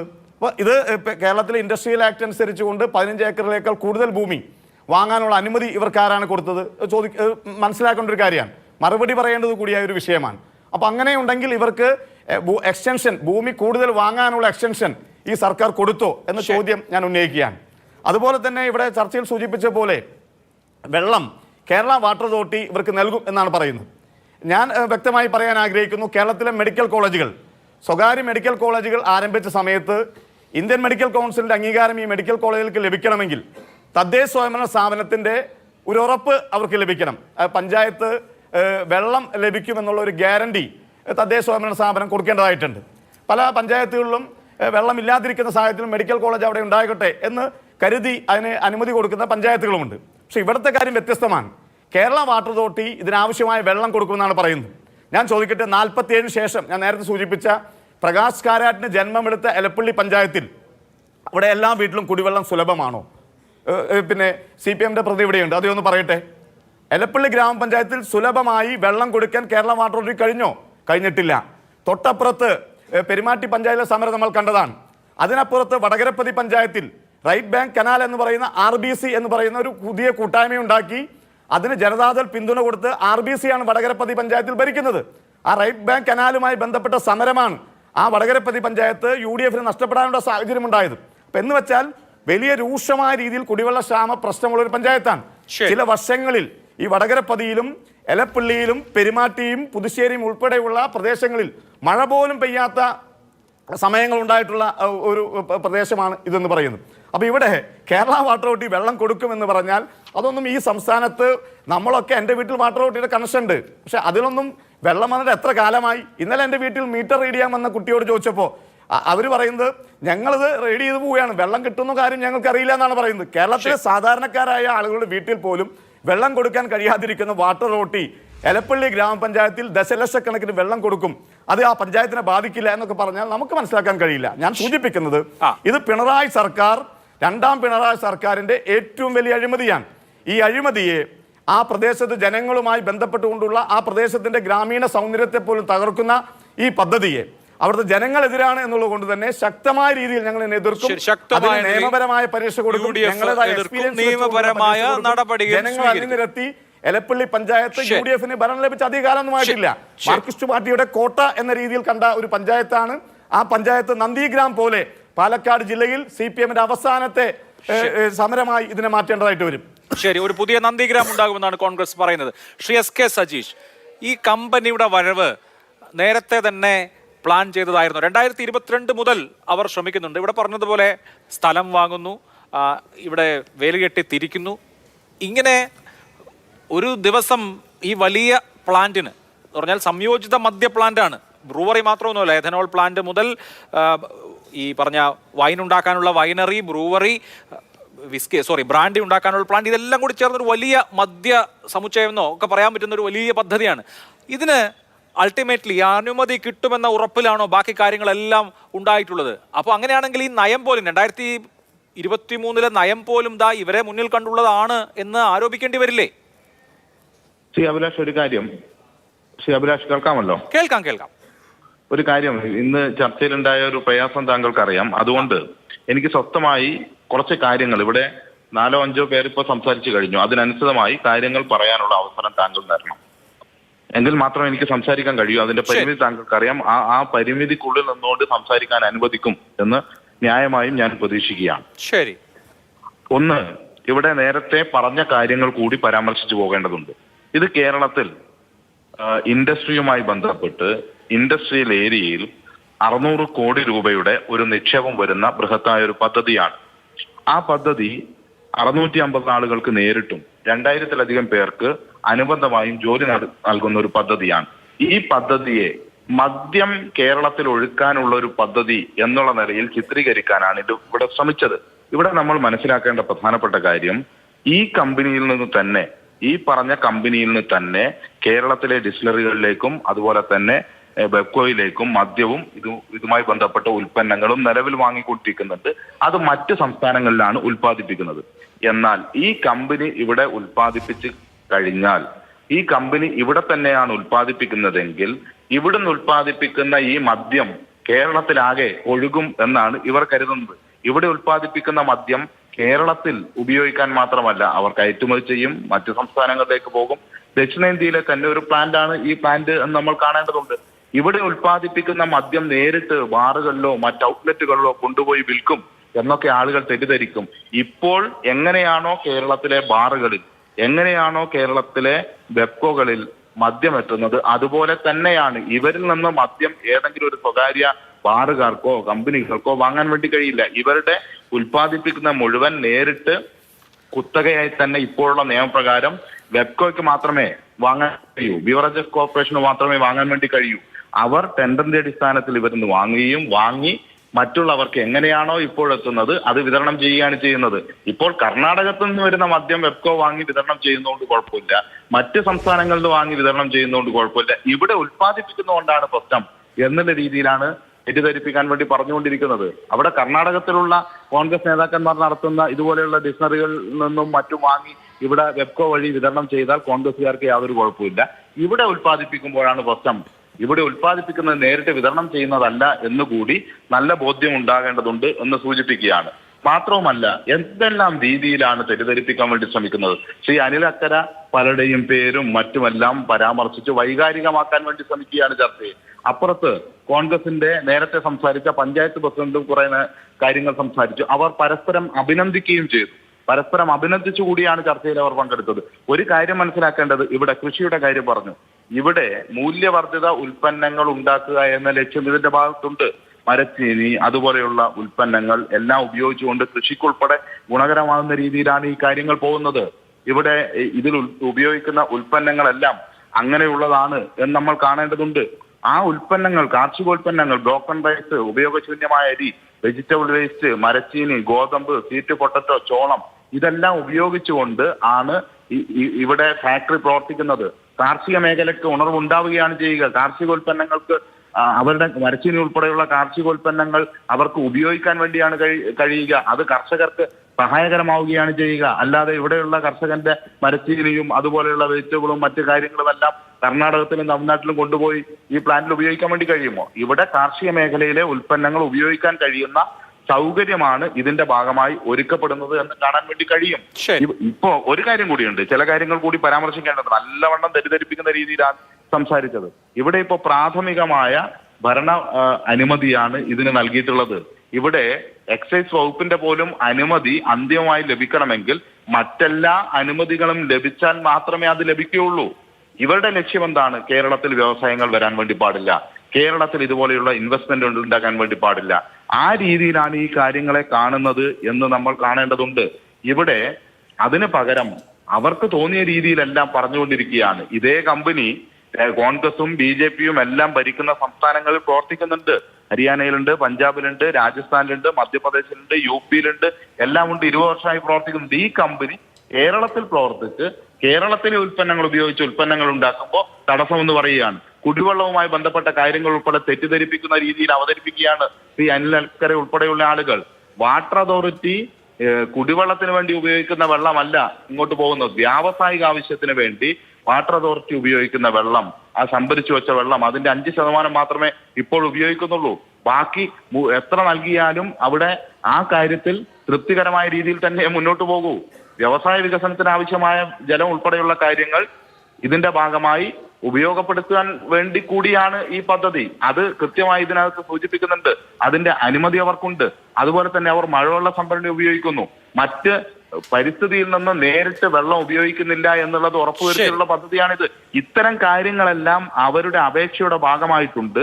ആ അപേക്ഷ പരിഗണിച്ചുകൊണ്ട് ആ അപേക്ഷ നിയമപരമാണ് എന്നുള്ളത് കൊണ്ടാണ് മന്ത്രിസഭ അതിന് പ്രാഥമികമായ അംഗീകാരം നൽകിയിരിക്കുന്നത്. നിലവിലുള്ള എല്ലാ നിർദ്ദേശങ്ങളും നിബന്ധനകളും പാലിക്കണമെന്ന നിബന്ധനയോടുകൂടിയാണ് ഈ പ്രാരംഭ അനുമതി നൽകിയിട്ടുള്ളത്. അതിൽ തന്നെ ഓരോ കാര്യങ്ങളും വ്യക്തമായി പറയുന്നുണ്ട്. അസംസ്കൃത വസ്തുവായി അരി ഉപയോഗിക്കുമ്പോൾ ബ്രോക്കൺ റൈസ് മാത്രമേ ഉപയോഗിക്കാൻ വേണ്ടി പാടുള്ളൂ എന്നതുൾപ്പെടെയുള്ള ഓരോ കാര്യങ്ങളും സൂക്ഷ്മമായി പറഞ്ഞുകൊണ്ടാണ് ഈ പ്രാഥമിക അനുമതി നൽകുന്നത്. ഓക്കെ, അല്ല ഇതൊക്കെ ഞാൻ തന്നെ ഈ ചർച്ചയിൽ സൂചിപ്പിച്ച കാര്യങ്ങളാണ്. സജീഷ്, ഇനി ചോദ്യങ്ങൾക്ക് ഒഴുകും. താങ്കളുടെ വീട്ടിലേക്ക് ക്യാമറ അയച്ചതാണ്, പക്ഷേ ട്രാഫിക് ബ്ലോക്ക് കൊണ്ട് അവിടെ എത്താൻ കഴിയാത്തതാണ്. അതുകൊണ്ടാണ് താങ്കൾക്ക് തത്സമയം ചർച്ചയിൽ പങ്കെടുക്കാൻ കഴിയാതെ പോകുന്നത്. പക്ഷേ ഫോണിലൂടെ മുഴുവൻ കാര്യങ്ങളും സമ്പൂർണ്ണമായി വിശദീകരിക്കാൻ ഞാൻ അവസരം തന്നിട്ടുണ്ട്. മുഴുവൻ കാര്യങ്ങളും താങ്കൾ വിശദീകരിച്ചിട്ടുണ്ട്. ഇനി ഒന്ന് രണ്ട് ചോദ്യങ്ങൾ സജീഷ് നോക്കൂ. ഇവിടെ ഇപ്പോൾ കേരളം എന്ന ഒരു പൊളിറ്റിക്കൽ സ്റ്റേറ്റിലേക്ക് ഈ ഒയാസിസ് എന്ന കമ്പനി വരുമ്പോൾ ഒരു വിവാദവുമില്ലാതെ ചുവപ്പ് പരവതാനി വിരിച്ച് അവർ എതിരേൽക്കപ്പെടുമെന്ന് താങ്കൾ വിചാരിക്കുന്നുണ്ടോ? കാരണം കുപ്രസിദ്ധമാണ് രണ്ട് കാരണങ്ങളാൽ. ഒന്ന്, ഈ രാജ്യം തന്നെ ശ്രദ്ധിച്ച ലിക്വർ പോളിസിയുമായി ബന്ധപ്പെട്ട ഈ രാജ്യം കണ്ട ഏറ്റവും വലിയ അഴിമതിയിൽ ഭാഗഭാക്കാണവർ. ഡൽഹി മദ്യനയ അഴിമതിയിൽ, ആ മദ്യനയ അഴിമതിയിൽ മുഖ്യമന്ത്രി അരവിന്ദ് കെജ്രിവാൾ അഴിയെണ്ണിയതാണ്. അദ്ദേഹം പുറത്തിറങ്ങിയിട്ട് 6 മാസം പോലും ആയില്ല. അപ്പോൾ ഇന്ത്യയിലെ ഏറ്റവും പ്രമാദമായ മദ്യനയ അഴിമതിയിൽ ഭാഗഭാക്കായ കമ്പനി നമ്പർ 1. നമ്പർ 2, 6 മാസം ഒരു സംസ്ഥാനത്ത് ഈ കമ്പനി ഉണ്ടാക്കിയ മലിനീകരണം ആരോപിച്ച് സമരം നടക്കുകയും ആ സമരത്തെ തുടർന്ന് മുഖ്യമന്ത്രിക്ക് നേരിട്ട് കെട്ടിക്കണം, ഈ കമ്പനിയെ കെട്ടിക്കോളൂ എന്ന് പ്രഖ്യാപിക്കേണ്ടി വന്ന സാഹചര്യം. അപ്പോൾ അഴിമതിയുടെ പേരിലും മലിനീകരണത്തിന്റെ പേരിലും രാജ്യത്തെമ്പാടും ശ്രദ്ധിക്കപ്പെട്ട ഈ കമ്പനി കേരളത്തിൽ പാലക്കാട് വന്ന്, അതും ആ പാലക്കാടിന് പ്ലാച്ചിമടയുടെ, കൊക്കക്കോളയുടെയും പെപ്സിയുടെയും ഓർമ്മകളുള്ള ആ പാലക്കാട് വന്നൊരു പ്ലാന്റ് തുടങ്ങുമ്പോൾ എല്ലാവരും അതിനെ സഹർഷം കയ്യും കൊട്ടി സ്വാഗതം ചെയ്യുമെന്നാണോ സർക്കാർ വിചാരിച്ചിരിക്കുന്നത്? അല്ല, കേരളത്തിൽ നമുക്ക് അനുഭവമുണ്ട്. കേരളത്തിന്റെ വികസന പദ്ധതികളും കേരളത്തിന്റെ നിക്ഷേപങ്ങളും എല്ലാം മുടക്കാനുള്ള നല്ല പരിശ്രമം കേരളത്തിൽ പ്രതിപക്ഷത്തിന്റെ നേതൃത്വത്തിൽ നടത്തിക്കൊണ്ടിരിക്കുന്നുണ്ട്. അത് ജനങ്ങളെ ബോധ്യപ്പെടുത്തിക്കൊണ്ട് തിരുത്തി മുന്നോട്ട് പോവുകയാണ് ചെയ്തത്. ഈ ചർച്ചയിൽ അനിലക്കര നന്ദിഗ്രാം എന്ന വാക്കുപയോഗിച്ചു. നന്ദിഗ്രാം ആകും കേരളമെന്ന് ഇപ്പോഴല്ലല്ലോ പറയുന്നത്. നന്ദിഗ്രാം കേരളത്തിൽ നമ്മുടെ വയൽക്കിളി സമരവുമായി ബന്ധപ്പെട്ട് ഉന്നയിച്ചല്ലോ. അവിടെയെല്ലാം ഇപ്പം മനോഹരമായ ദേശീയപാത 66ന്റെ പണി പൂർത്തീകരിച്ച് ആളുകൾ ആ പാതയിലൂടെ സഞ്ചരിച്ചുകൊണ്ടിരിക്കുകയാണ്. ഇവരുടെ ദുഷ്ടലാക്കിന്റെ ഭാഗമായി അങ്ങനെ പലരും അവർ പറയുകയും പ്രചരിപ്പിക്കുകയും ഉണ്ടാക്കുന്നത് ദേശീയപാത അതോറിറ്റിയാണ്, NHAI ആണ്. ഇതൊരു സ്വകാര്യ കമ്പനിയാണ്. മദ്യനയം അവർക്ക് അനുകൂലമാക്കാൻ, അവർക്ക് ലാഭമുണ്ടാവുന്ന വിധത്തിൽ മദ്യനയം ഉണ്ടാക്കാൻ കൈക്കൂലി കൊടുത്തു.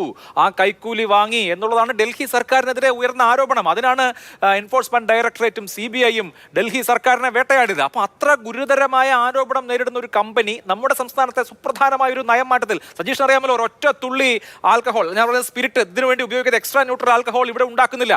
അത് ആദ്യമായി ഉണ്ടാക്കുന്ന കമ്പനി ഈ ഒരു കമ്പനിയായി വരുമ്പോൾ അത് സ്വാഭാവികമായി ഉണ്ടാക്കുന്ന കോളിളക്കം എന്തായിരിക്കും? ശ്രീ അഭിലാഷ്, ഒരു കാര്യം ഞാൻ സൂചിപ്പിക്കുകയാണ്. അവർക്ക് ഉദാഹരണങ്ങളും ആക്ഷേപങ്ങളും എല്ലാം പല രീതിയിൽ പലയിടത്തും പ്രയോഗിച്ചു പോകാൻ വേണ്ടി കഴിയുമ്പോൾ വസ്തുതകളെ അതുകൂടി ചേർത്തുകൊണ്ട് പറയേണ്ടി വരും. അതുകൊണ്ടാണ് ഞാൻ നന്ദിഗ്രാം ഉൾപ്പെടെയുള്ള കാര്യം അവർ പരാമർശിച്ചുകൊണ്ടാണ് ഞാൻ പറഞ്ഞത്. അവിടെ നമ്മൾ കാണേണ്ടത് ഇതിലെ ഏറ്റവും പ്രധാനപ്പെട്ട വിഷയം എന്താണ്? ഇവിടെ ഈ കമ്പനിയിൽ നിന്ന് തന്നെ കേരളത്തിൽ മദ്യവും അതുമായി ബന്ധപ്പെട്ട ഉൽപ്പന്നങ്ങളും ഇപ്പോഴും വാങ്ങിക്കൊണ്ടിരിക്കുകയാണ്. രാജ്യത്ത് നിങ്ങളിപ്പോൾ ഇവരെ പറ്റി പലതും പറയുമ്പോഴും ഹരിയാന, പഞ്ചാബ്, രാജസ്ഥാൻ, മധ്യപ്രദേശ്, UP തുടങ്ങിയ സംസ്ഥാനങ്ങളിലെല്ലാം ഇവർ നടത്തി പരിചയമുണ്ട്. ഇപ്പോഴും രാജ്യത്തെ ഏറ്റവും പ്രധാനപ്പെട്ട കമ്പനിയായി ഇവർ പ്രവർത്തിക്കുകയാണ്. ഇവർക്ക് കേന്ദ്ര സർക്കാരിന് പല അനുമതിയും ലഭിക്കുന്നതിന് യാതൊരു പ്രയാസവും ഇല്ല. നാഷണൽ ഗ്രീൻ ട്രൈബ്യൂണലിന്റെ അനുമതി അവർക്ക് ലഭിക്കുന്നുണ്ടല്ലോ. കേന്ദ്ര വനം പരിസ്ഥിതി മന്ത്രാലയത്തിന്റെ അനുമതി അവർക്ക് ലഭിക്കുന്നുണ്ടല്ലോ. ഈ അനുമതിയൊക്കെ ഈ കമ്പനിക്ക്, ഈ പറഞ്ഞ ദോഷമുള്ള കമ്പനിക്ക് കേന്ദ്ര സർക്കാർ കൊടുക്കുകയാണോ? അവർ കൊടുക്കുന്നുണ്ടല്ലോ. ഇവിടെ നമ്മുടെ മുന്നിലുള്ള പ്രശ്നം എന്താണ്? ഇവർ ഒരു അപേക്ഷയുമായി വരുന്നു. ആ അപേക്ഷ വ്യവസായ വികസനവുമായി ബന്ധപ്പെട്ട് 600 കോടി രൂപയുടെ ഇൻവെസ്റ്റ്മെന്റ് അപേക്ഷ. ആ അപേക്ഷയിൽ നിലവിലുള്ള നിയമങ്ങളും ചട്ടങ്ങളും പാലിച്ചുകൊണ്ടാണോ എന്നതാണ് പരിശോധിക്കുന്നത്. ആ നിയമങ്ങളും ചട്ടങ്ങളും പാലിച്ചുകൊണ്ടാണ് എന്നതുകൊണ്ട് നിലവിലുള്ള എല്ലാ നിർദ്ദേശങ്ങളും മനസ്സിലായി. പ്രാരംഭ അനുമതിയാണ്, ബാക്കിയുള്ള എല്ലാ അനുമതികളും അവർ വാങ്ങിക്കണമെന്നുള്ളതല്ലേ? ദയവ് ചെയ്ത് ഞാൻ വാചകം പൂർത്തീകരിച്ചോട്ടെ. ഓക്കെ. അതായത് നിലവിലുള്ള എല്ലാ നിർദ്ദേശങ്ങളും നിബന്ധനകളും പാലിക്കണമെന്ന കർശന നിബന്ധനയോടുകൂടി പ്രാഥമിക അനുമതി കൊടുക്കുന്നു.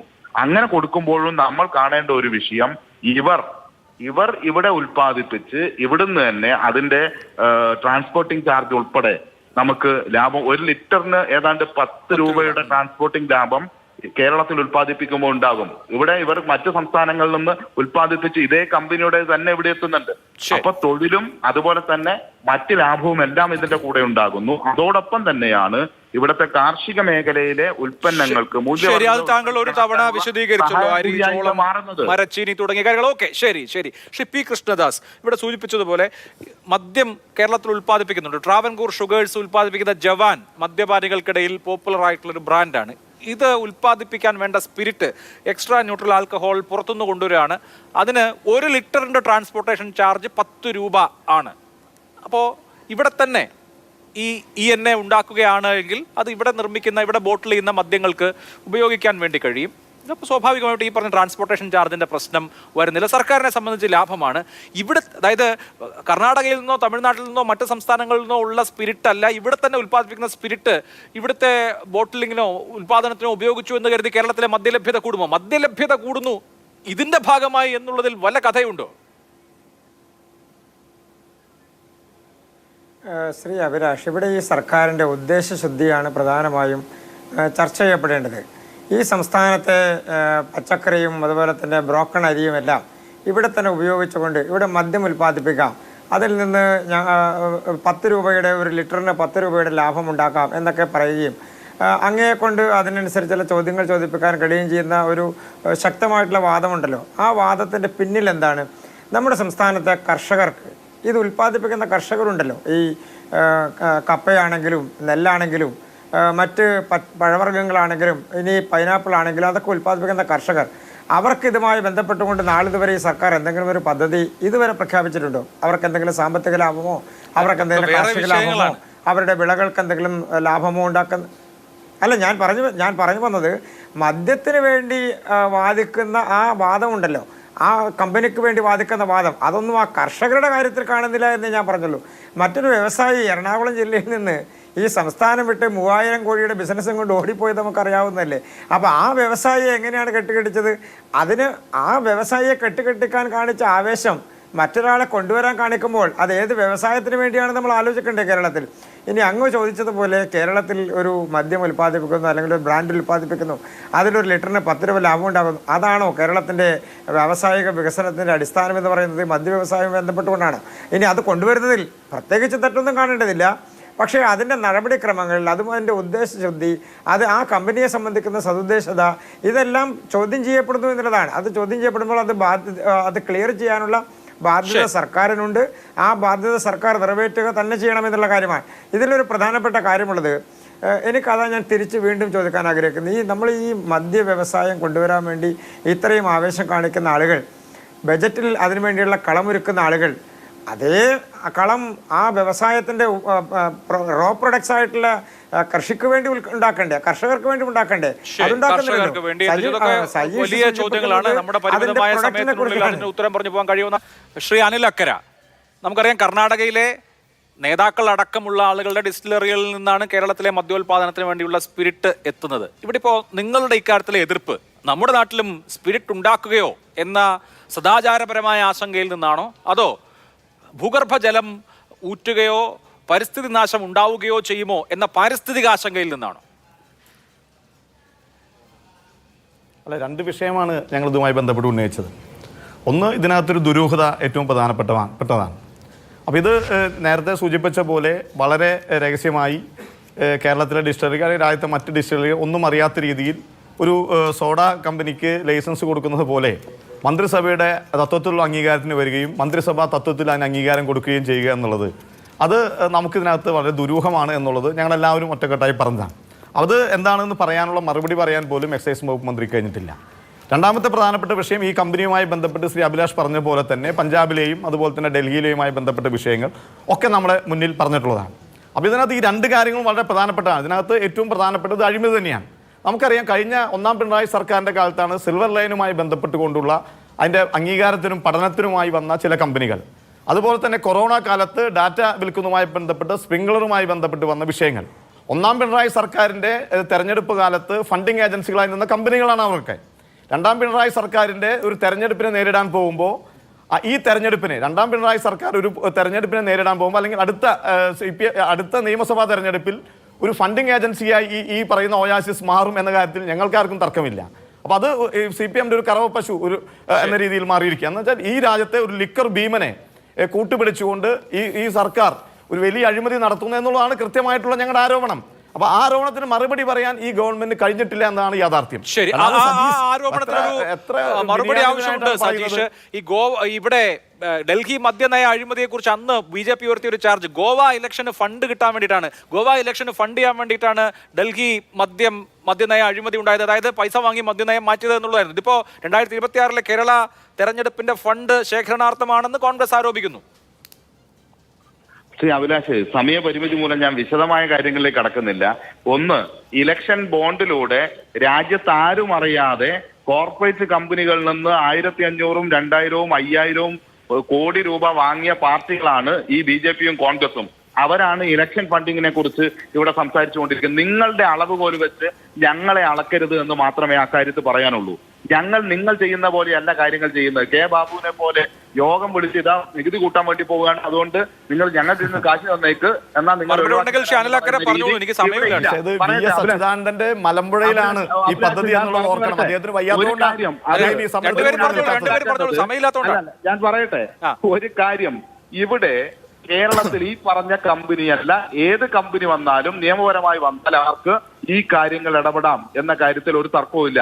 അവരുൽപാദിപ്പിക്കുന്ന ഒരു തുള്ളി പോലും ഗവൺമെന്റ് മേഖലയിലല്ലാതെ സ്വകാര്യ മേഖലയിലേക്ക് പോകുന്നില്ല. ടെൻഡർ ക്ഷണിച്ച് അതിന്റെ അടിസ്ഥാനത്തിൽ പിന്നെ സജീഷ് ഡയറക്റ്റ് ആയിട്ട് ക്വസ്റ്റ്യൻ നമുക്ക് എല്ലാവർക്കും അറിയാവുന്നതല്ലേ, ഡിസ്റ്റിലറികളിലൊന്നും ആർക്കാണ് മദ്യം വാങ്ങാൻ കഴിയുന്നത്? സർക്കാരിന് മാത്രമാണ്. എല്ലാ ഡിസ്റ്റിലറികളിലും എക്സൈസ് ഔട്ട്ലെറ്റുകളുണ്ട്. വലിയ സംഭവമാണ് ധരിപ്പിക്കല്ലേ? എല്ലാവർക്കും അറിയാവുന്നതാണ്. നിങ്ങൾ എന്താണ് ഈ പറയുന്നത്? ഈ രാജ്യത്തെ നിയമമാണ്. ഇവിടെ ആർക്കും വിൽക്കാൻ കഴിയില്ല. സർക്കാരിന് മാത്രമേ മദ്യം വാങ്ങാൻ കഴിയൂ. എല്ലാവർക്കും അറിയാവുന്ന കാര്യമില്ലേ? കമ്പനിയിൽ നിന്ന് വാങ്ങണമെന്നാണോ അൻലക്കരുടെയും ഈ പറഞ്ഞ കോൺഗ്രസ് നേതാക്കന്മാരുടെ അഭിപ്രായം? നിങ്ങൾ കർണാടകയിലുള്ള ഇത് മലമ്പുഴ എന്ന് പറയുന്ന നിയമസഭാ മണ്ഡലത്തിലാണ്. ഈ 26 ഏക്കറിൽ 8ഓളം ഏക്കർ നെൽവയലാണ്. VS അച്യുതാനന്ദൻ വെട്ടിനിരത്തിയ സമരനായകൻ അച്യുതാനന്ദന്റെ മണ്ഡലത്തിലാണ് കേരളം കാണാൻ പോകുന്ന ഏറ്റവും വലിയ പരിസ്ഥിതി എതിരായിട്ടുള്ള വലിയ വിഷയം നടക്കുന്നത്. സമയം അവസാനിച്ചു. നമുക്ക് വരുന്ന ദിവസങ്ങൾ ഇനിയിപ്പോ കുറെ ദിവസം ഇതായിരിക്കുമല്ലോ ചർച്ച. വീണ്ടും നമുക്ക് ഒന്നുകൂടി ഇരിക്കാം. വളരെ നന്ദി ചർച്ചയിൽ പങ്കെടുത്ത എല്ലാവർക്കും. സൂപ്പർ പ്രൈം ടൈം അവസാനിക്കുന്നു. നമസ്കാരം.